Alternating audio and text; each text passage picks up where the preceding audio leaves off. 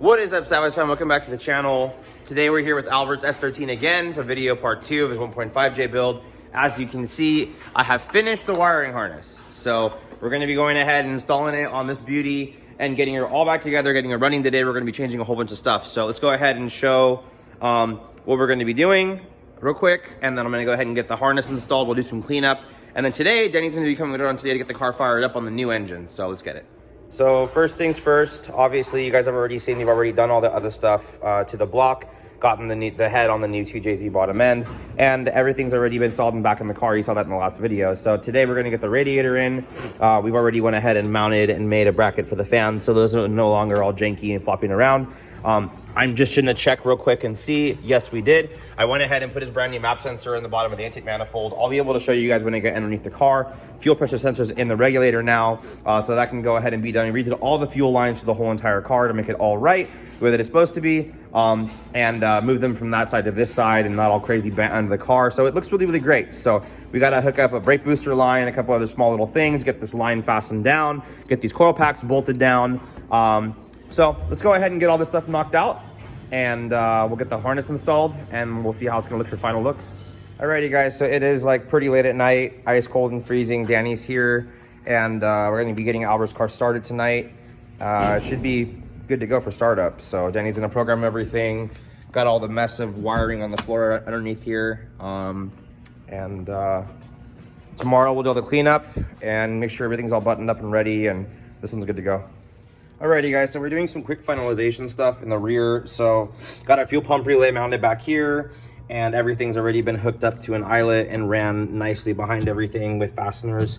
The original fuel pump wiring that I had was sheathed back here. That is actually going to be activating the pump, and it's split over here at the connector. Went ahead and fastened all the stuff down into the fuel pump, so that's all super nice. All the hoses have been replaced to E85 rated hoses.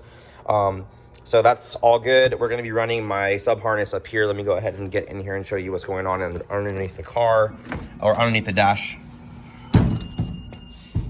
So everything on the inside's pretty much stayed the same except for the little race display that we went ahead and put on the dash over there. This is just a quick little drift car, so I mean nothing too crazy, doesn't need to be too gnarly. I've gone ahead and mounted the Infinity and everything underneath the dash right here. All looks pretty good. We still need to tie up all the rest of the wiring underneath here, but we have our fuel pump trigger. Originally I had I wasn't thinking, and I set it up for triple pumps, but we have our fuel pump connector right here. So we're going to go ahead and plug that in, and he'll have the capability of running up to 3 pumps with this connector that I went ahead and put in here. That's pretty much it. Just clean up the floor, get everything off, everything tied up. Everything's already wired into ignition. Put gear oil in. Got to put the shifter back in permanently, so that can go ahead and be done. And then you'll see back here and the sub harness right here along the frame rail, in here all the way down and up and in, and it'll look super, super nice. So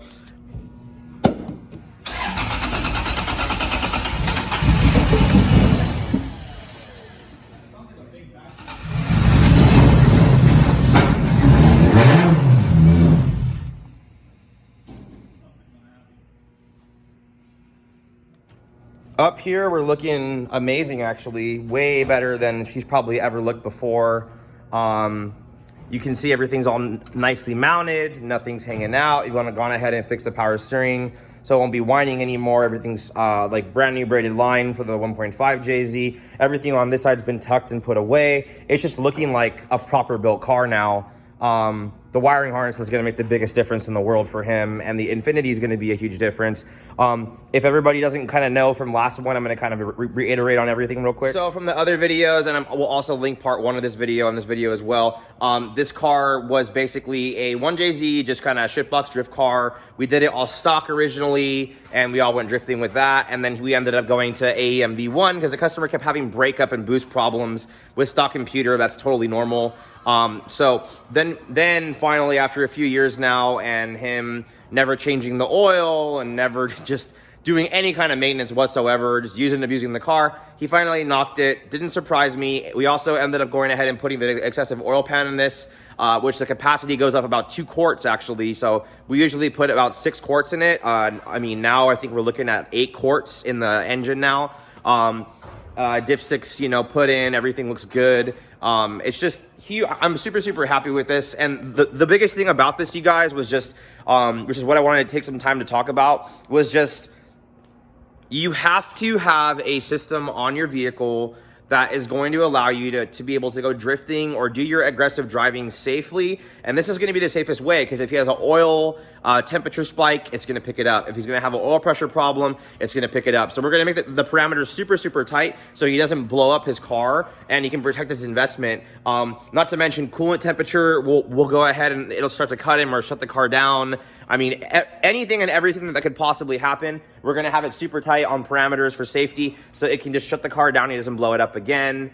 And I know I'm repeating myself, but I mean, it's so important to be able to have a standalone that's on the new system that will literally do all of this safety. It's just, I cannot stress enough to you guys, like, don't go put your IS300 or any of your other cars with a turbo kit and just go and drive it down the street and just end up blowing it up, or putting these 1Js and 2JZs in with big turbos and just max boosting them at 20 pounds like some of these idiots that are driving their cars. And I mean, just do it right, you guys. I mean, it's cost so much money now to do this JZ thing, where people are starting to kind of veer away from even doing it because it just costs so much money. But we're here at Apex USA with Albert's car. I thought I was gonna make this video in kind of 2 different videos, but I'll real quickly just run you guys through everything as we're kind of doing. So the new 1.5J engine's already in the car, everything runs. I didn't really get a really good startup video, but you're gonna see the car on dyno right now getting everything done. So we're gonna go ahead and do a reverse tune this time. We're gonna go ahead and tune the car on anyway, sorry, they had somebody that was asking to get in over here at Apexi. So we're at Apexi USA, and same setup that we had the last couple times. It's still gonna be a 1JZ GTE non-VVTi head. Now we have a 2JZ GTE block. Stock coil packs running a China 6062 turbo with a Turbo Smart wastegate on a 14-pound internally gated spring. Now the car's on AEM Infinity. It used to be on AEM V1. Timing right now, and then pretty much getting the car started. So let me show you the finished product. So everything in the trunk is all finished up and done. You can see the new lines in the back here. Everything down here is all situated and good to go. We're going to be doing timing right now, which is why this is all set up like this. But overall, she's all done. We'll see what she makes today.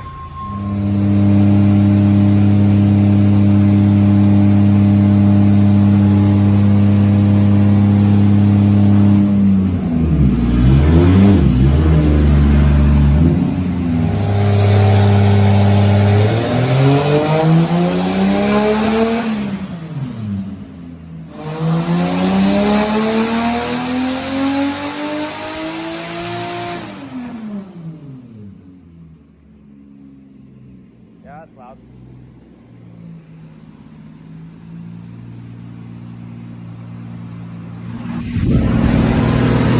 So you can even just see right here from the old graph that it makes so much more power with the 1.5. We got like a 90 horsepower difference on like the same thing. So pretty crazy. So we just finished E85. We're pumping out the E right now. Out of the tank, and gonna put it on 91. Like I said earlier, we're doing a reverse tune today. So basically the car already had E85 in it, and it had E80 in it, which is actually really good content. Now that he has a flex fuel sensor, he'll be able to actually see that. And I'm definitely gonna go over a little bit of theory with this stuff a little bit later too, and kind of explain like what was changed, why it was changed, and safety and everything too, a little bit more in depth. I'll have Danny kind of explain it as well, because I want him to explain everybody kind of what the parameters are, what's going to happen, you know, and everything too. And then I'm going to also have Danny go over and show us right now as well what the gains were right now. So let's go a quick video of this too, because I think it's really important. This is pretty much our universal race display that we're using for all of our vehicles now. Brandon at BTI was nice enough to make us like our own kind of little setup that we use for all of our cars, with this nice bracket that we can mount pretty much everywhere in the car. Right now we're getting the E content. You can see right here we're at E19. We're trying to get as close to pump gas as we can, which is like somewhere around E10, E12, depending on where you're getting. Sometimes you'll get E9. But really cool. You got working speedometer, you got oil pressure, fuel pressure, oil temp. I mean, everything you could possibly want on one gauge. So really cool. So E85 is out, 91 is in for the reverse flex fuel tune. And we got good content now, so we're gonna go ahead and see what she does on pump gas, and then I'm gonna have Danny walk us through what the gains were this time. We're about to do a pull on a 91 now, just to show the difference. I guarantee you this just gonna make the same power that he made on E85 last time with the 1J. So let's see what we do.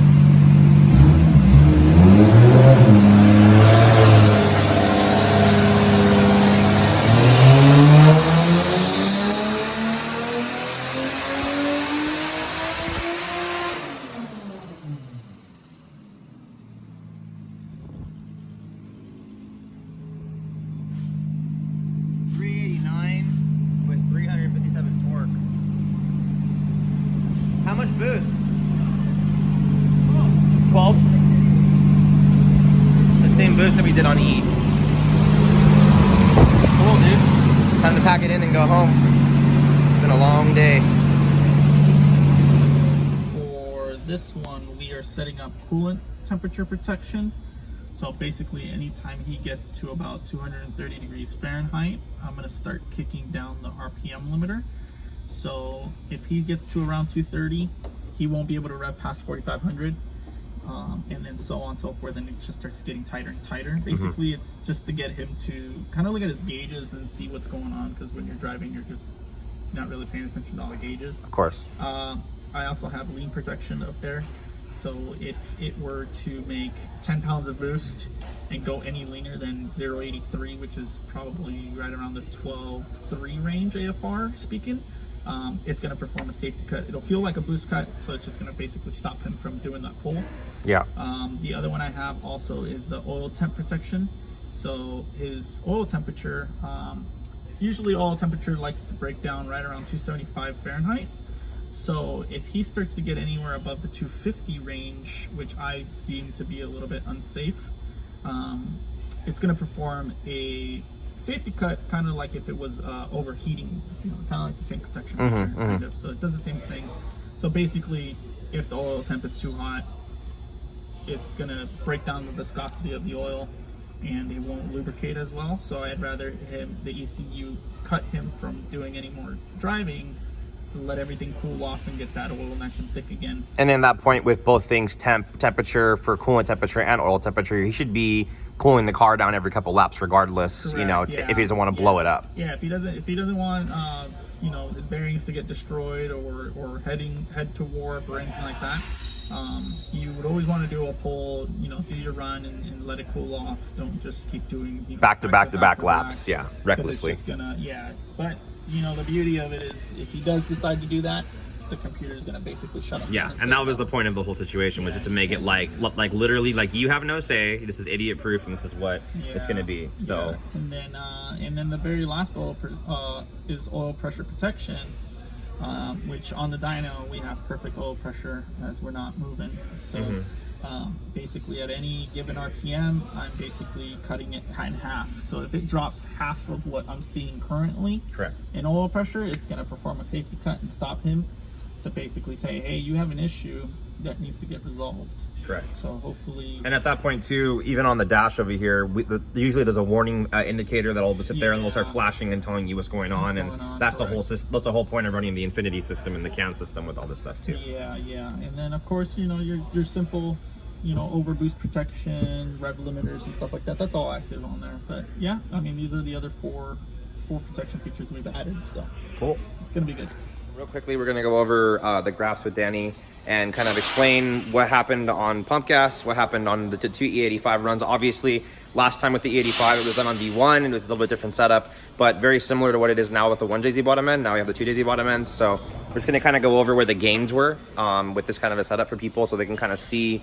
Obviously, we usually do more modded stuff with like cams and a bigger turbo and more setup for like drag stuff and like drifting. But in the case of this customer, it was more like just low horsepower, just to go have some fun at the track on our small track that we have out here that everybody drives at. So I'm gonna get over here with Danny right now. Kind of want to explain a little bit on how graphs are read. you have your foot-pounds on the left, you have your RPM on the bottom. So what you want to do is you kind of want to pick a point at what you want to reference at. So I want to reference that at 5,000. So from the old one, which is the dotted one, purple dotted, and the blue dotted is what we just finished off at. So what we do is we want to reference right around the 5,000 range. You have both equal points because peak numbers happen kind of in different places. So if we were to reference at 5,000, you can see that this whole gap has been filled up. It basically just went up. So from 5,000 to 5,000 previously, it was a difference of 124 and a 0.6. And torque. That is torque. So this side is torque, this side is horsepower. And just at 5,000, he gained 124 torque. Yep. Now, if we wanted to talk about maximum gains, then the maximum gains would literally be sitting at right around the range of 45, which would literally fill up this whole entire graph right here, which would be 192.92 torque. So almost 200 torque gain in his mid-range. Yeah, in the mid-range. But the peak number overall, if we're just going to do peak to peak, then in reality, he's only up 77. But if you're looking at like the horsepower side of like a graph, like what's the max number that we actually just looks at peak, but you know it's actually where it is. It's being correct. To see. Now, same thing with horsepower. If we were to pick up right around 45, compare it, you know, you're looking at a 164.9 horsepower difference at the 4,500 RPM range, which that seems to be right around the maximum point of gain. Yeah, so I would say that 170, 166 horsepower gain in just that 4,400 range. Yeah. So, but the peak number overall, would be, you know, 428 versus 365. Which overall, the car's just going to feel way, way, way better, like drivability-wise and power-wise and just drifting-wise. That's going to be a huge gain because you don't need it all on the top end. You don't need it all at the very, very base. And from there to there is kind of like where he's going to want to be anyways. You know, he's going to be sitting in the 4,000 to 6,000 range. And then even his turbo spool, you can see there as well, also comes in, I don't know how many 100 RPM. But the thing is, before he was coming in right around the 54 range. Okay. And now he's at full spool right around the 45. Yeah, so 1,000 RPM gain, you guys, of you know, turbo spool time from the high compression and the 3-liter bottom end. Massive. So, and then the coolest thing of all as well is like last time, I think he only made this is what he made last time, right? 365. So on pump gas, I don't know if we have the graph up, but he did, I believe it was like 390 is what he did on pump gas, and we're also running less boost. I think last time we were running 16 PSI on E85. We kept it at 12 for pump and E. 388 on pump gas. Yeah, so I mean that's just like, even just for that, he could have just left the car on 91, made more power and been fine. But now he has the flex system, and that'll allow him to be able to kind of cycle between this 388 and the 420 or whatever that he made the other times too. So really cool. Super, super stoked. I'm sure the customer's gonna be super excited to get to the track. All right, guys, so we're done. We're heading home. Yeah, car went really smooth today. Everything ended up kind of getting better than what we expected it to do. And yeah, we did a lot of explanation in this video about fail safes and why to go to infinity and why everything is so important to change your setup. I hope I kind of stressed that enough for you guys, so you guys can make the right decision and buy standalones for your cars and set everything up the way it's supposed to be set up. So either the customer's gonna the customer's gonna love it regardless, but I will say that he's probably gonna hate that all the safety parameters are there to where he can't just send it consistently back to back to back to back to back. But that's the thing about drifting and about that kind of a motorsport. You have to cool your engine down. You have to make sure everything's in the right place. I mean, maybe he could put an oil cooler in the future. That's an option too. But yeah, guys, hope you guys enjoyed the video. It was way better than the last video for this guy. So any kind of thing you guys want to ask about for the 1.5J stuff, anything you guys want to order, hit me up. Anything you guys want to know, hit me up. Any videos you guys want to see, hit me up. Until next time, guys, peace.